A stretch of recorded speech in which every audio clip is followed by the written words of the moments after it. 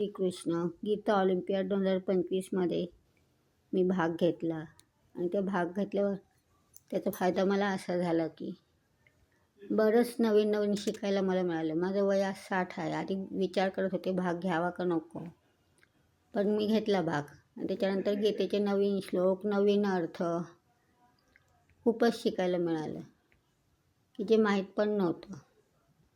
आणि या वयातसुद्धा आपण काहीतरी करू शकतो हे मला समजलं. व्हिडिओ तयार करणं, यूट्यूबवर अपलोड करणं हे आत्तापर्यंत कधी केलं नव्हतं. पण या गीता ऑलिम्पियाडमध्ये ते सुद्धा शिकायला मिळालं. माझ्या गीतेच्या 4 लेवल शिकून झालेल्या आहेत, पण यावर मला परत प्रॅक्टिस करायला मिळाली. गीता जिज्ञासू परीक्षा पण माझी झालेली आहे.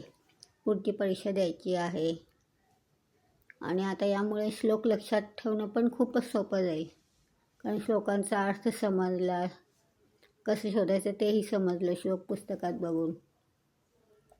असं मला याचा फायदा झाला.